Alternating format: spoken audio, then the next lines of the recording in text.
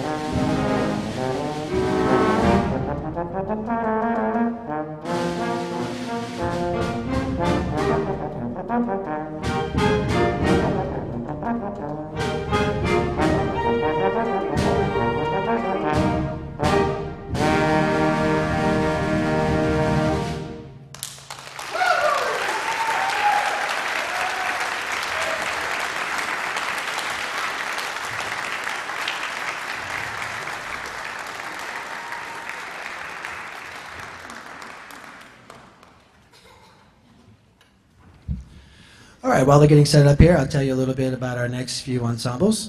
Next, we're going to feature a couple of the smaller ensembles. We have a flute quintet and a clarinet quartet that will play for you. These two groups actually got together not too long ago, picked some music, and began working on it all on their own. They practiced together and learned the music together with very little help from me. In fact, the most I probably did was just listen and give a few comments along the way. It's always great to see such a level of musical maturity and to witness the motivation and the drive of these students to not only do what is required of them, but to go the extra mile, to go beyond their limitations and explore the endless possibilities that come about when working together and making music together. In the flute quintet, we have senior Tram Dang, juniors Daniel Dilbert and Alyssa Gambarello, sophomore Sarah Hogan, and freshman Lily Fernandez. So it looks like they're almost ready. I'm going to call Sarah up here and let her tell you a little bit about the piece they're about to play.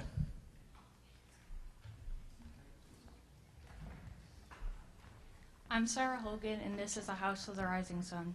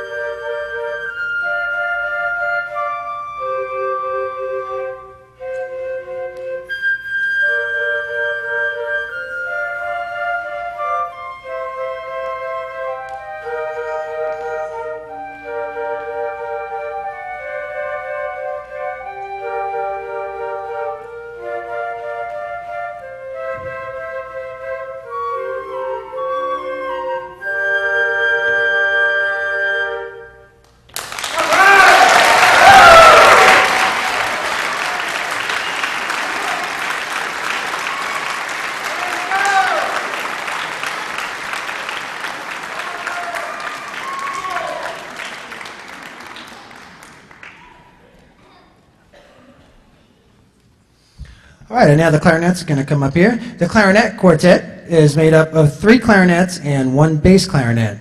And they are made up of Brandon Rodriguez, Jewel Morgan, Courtney Salzman, and Marion Wittenberg. This group is made up of all sophomores about to complete their 2nd year of band. So I'll let Brandon come up here and announce his piece. Hello, my name is Brandon Rodriguez, and today we will be performing Pachelbel's Canon in D.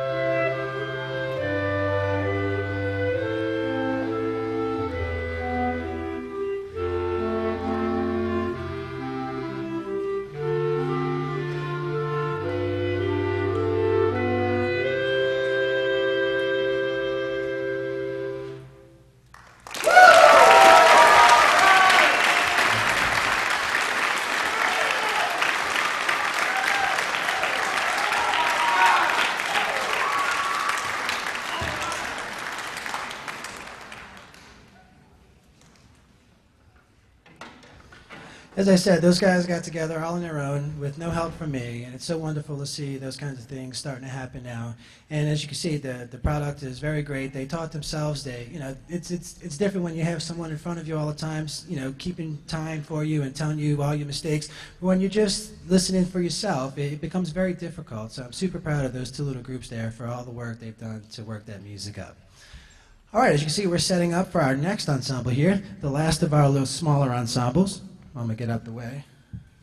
Actually, I'll get back here. Got it. Back during football season, we had the largest pit for field show yet. The pit is what you call the percussion instrument stationed on the sideline by the drum major. Obviously, it would be pretty difficult to march with these instruments, but they still are considered a major part of any marching band or corps-style field show. Got it? And they are pretty heavy, too.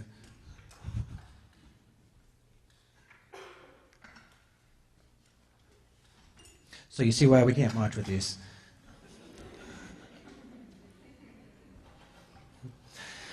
Back in August, we began to work on the field show music, and not many of these guys had much experience on these melodic percussion instruments. The show was called Phantom of the Piano Studio, and it was based off of Private Teacher Studio scenario. I'm sure you've all seen, excuse me, Dave.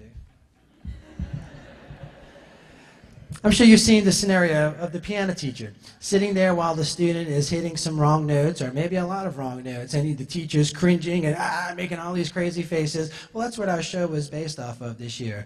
The good thing about doing a show like that is that if they happen to play a wrong note, hey, it was meant to be. It's part of the show. So it kind of took some of the pressure off of us when we're out there playing. So, again, if a wrong note was hit, yeah, it was supposed to be in the show. We meant to do that. Anyway, we ended up having so much fun doing all of this, and I didn't want that to be the end of it just until next year. So after Mardi Gras, the students, this is our 4th period percussion class, and these students started working on this little project with the goal of being able to perform it here tonight. I'm happy to say that they reached that goal and are here tonight to perform for you. On the keyboard percussion is Jack Stogner, Jamel Taylor, Justin Palmer, Kyron Gonzalez, Jasper Gangoff, and David Pizzolatto, and Jason Riley. On the drum set over there is Daniel Lopez, and on the bass is Jason Cook. They will play a little tune written by composer and pianist Scott Joplin called The Entertainer. Take it away, guys.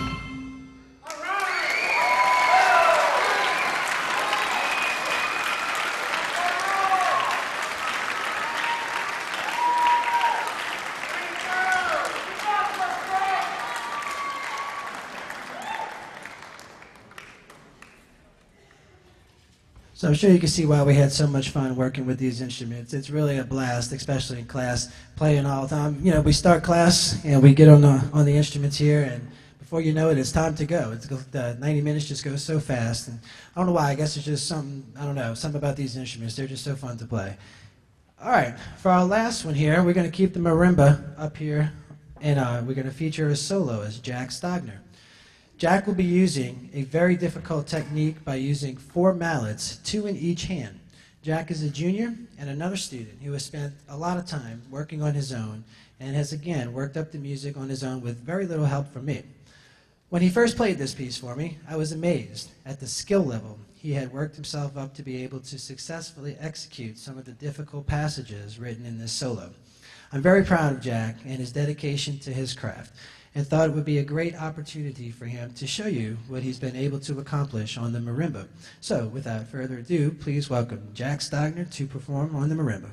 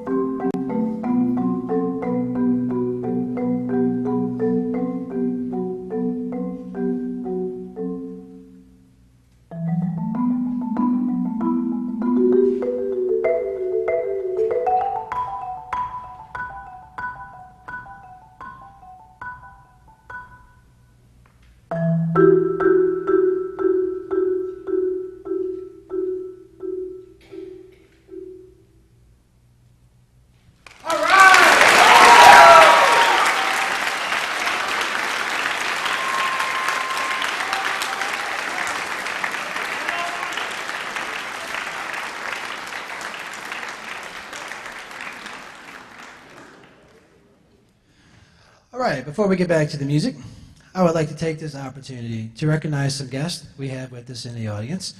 They are the board members of an organization called Carolyn Park Possibilities and Opportunities. They are Mr. and Mrs. John and Kathleen Gebbia and Mr. and Mrs. Donald and Dorothy Cattengill. Back in 2011, Miss Kathleen asked that I send her a wish list of some things that I needed or just would like to have. So I made a list and I sent it to her. The next news I got from her was that the list I sent was way too small, which I guess is good news. So I guess I needed to think much bigger. So I was like, all right, here you go. I'm going to make my list. And that's exactly what I did and sent it to her. So I'm happy to say that I've learned to think a little bit bigger since then. And since 2011, they have purchased over $35,000 of equipment and instruments for our band. We would like them to know that we appreciate their generosity and that they have helped the band reach new levels of professionalism through their donations. I hope you guys don't mind, but I'd like to call you up to the stage to please come accept a small token of our appreciation. So Mr. John and Ms. Kathleen, would you please come join us up on stage, please?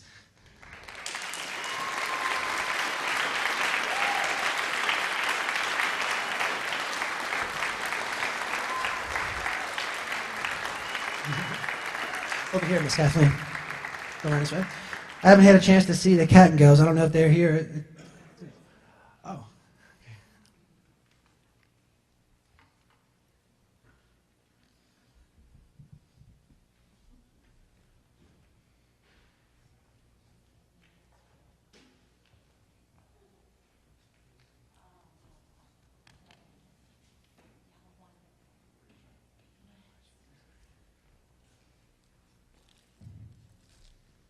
So we'd like to present this plaque. It says, "In appreciation, Carolyn Park Possibilities and Opportunities for their generosity to the Chalmette High School Owl Band, March 26, 2015.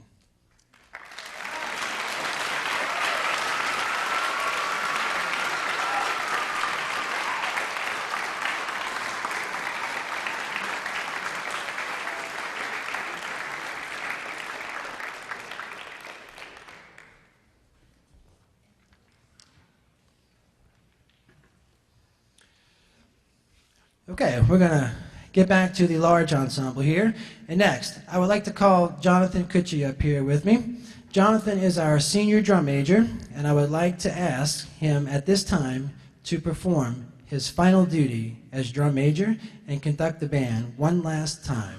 So I'm going to let Jonathan tell you about this next piece.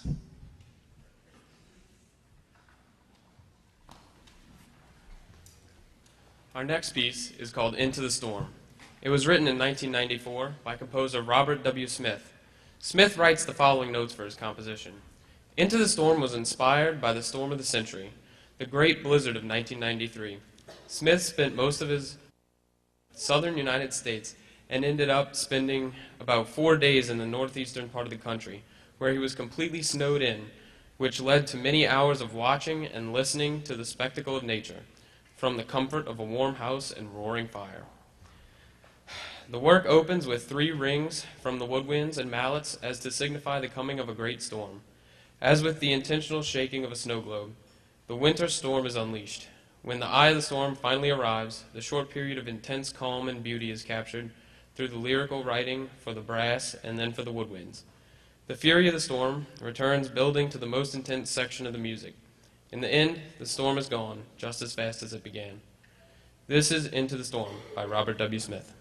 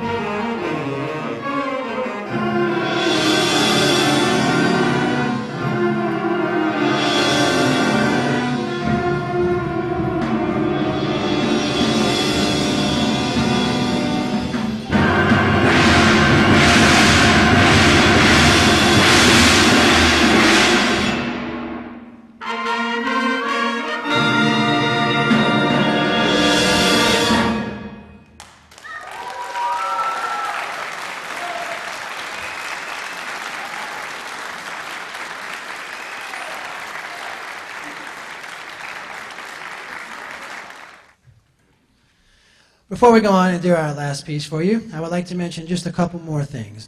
On Tuesday and Wednesday of this week, we had the privilege of hosting the LMEA Large Ensemble Festival here at the Cultural Arts Center. Our students, band, and tech did a wonderful job dealing with the chaotic nature of hosting such a large event. They were all very professional and well-mannered, and I'm super proud of all of our students here who made that happen on those 2 days. On Tuesday, we performed at 3 o'clock for the judges, and I'm very proud to say that we received a superior rating for the stage portion of our performance. Thank you.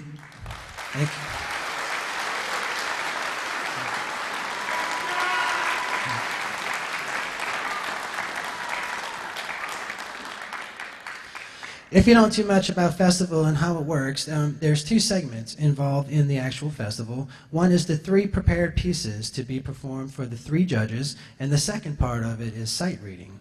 The way sight reading works is that we all go into a room where the music is passed out to us, and we have 8 minutes, just 8 minutes to go through the music and to try to work everything out. Everything must be done verbally. Nope, they can't play, they can't make one sound in their horn. If they do, the judges start taking points off. So we have to be very careful. Sometimes even just a percussion stick sitting there, it can do that, and that's it, all of a sudden we're in trouble. So you have to be really careful when we're doing that.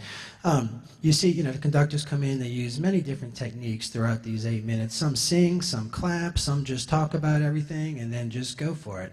Although we did receive a 2 in sight reading, a 2 stands for excellent. And by no means is it a bad score. Last year, we actually made a 3 in sight reading, so a 2 was definitely a huge improvement. And when I was talking to the judge afterwards, he said we were so very close to that 1 in sight reading. We were almost there. To me, that was very motivational, knowing that the hard work we did on sight reading this year in class had really paid off. So we were able to jump all of our scores all the way around. Last year, we actually got a 2 for the stage performance. This year, we were up to a 1. And last year, we got a 3 in sight reading. And 3 is still good, but this year, we moved it up to a 2, which means excellent. So hopefully next year, we'll be ready for that 1 in sight reading. I'd like to thank again Mr. Hebert and his wonderful tech crew for being here with us tonight and keeping everything running so smoothly. I would also like to thank the members of our school board, Mr. Warner, Ms. Munt, and all of their faculty and administration for their continued support of music in our school. I say it so, absolutely.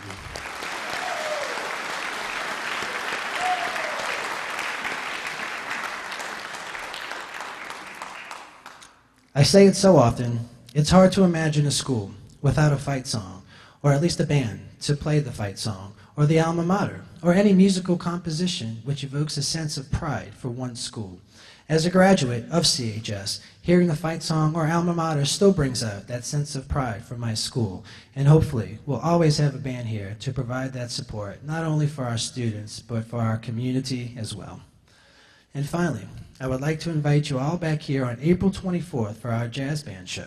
This year's theme is swing music, music of the 30s and 40s, including tunes from Glenn Miller, Benny Goodman, Count Basie, Duke Ellington, Ella Fitzgerald, and a whole bunch more. The show begins at 7 o'clock, so we hope to see you back here on April 24th. Our last piece is another composition by Robert W. Smith called The Great Steamboat Race. From the first time 2 steamboats met and passed each other on the Mississippi River, pilots have competed to see whose boat was the fastest. Perhaps one of the most famous races occurred in the summer of 1870 between the Robert E. Lee and the Natchez. In that summer, the Natchez made a record-breaking run from New Orleans to St. Louis in just under 4 days. Captain T.P. Leathers and the Natchez were then labeled as the fastest boat on the mighty Mississippi. Well, Captain John Cannon of the Robert E. Lee decided that the success of the Natchez couldn't go unanswered, so he stripped his boat of all excess weight and declined all passengers and cargo. So on the last day of June, 1870, the 2 boats left New Orleans and raced up the river. The race continued, with each boat paddling furiously until along the route a thick fog settled, which caused poor visibility. As the 2 boats came to a standstill, they waited for nature's permission to continue the race. As the fog eventually lifted, the race ensued on the final leg onto St. Louis. The Robert E. Lee ended up victorious, arriving in St. Louis a full 6 hours and 30 minutes ahead of the Natchez. This musical composition draws its inspiration from this historic event. From the paddle wheels churning the muddy water to the melodious calliope, the composition brings sounds and intensity of the great race to the concert stage. And in the final moments of the composition, you can hear the Robert E. Lee with its calliope leaving the Natchez behind and leaving the great Mississippi River in a peaceful silence. This is the Great Steamboat Race.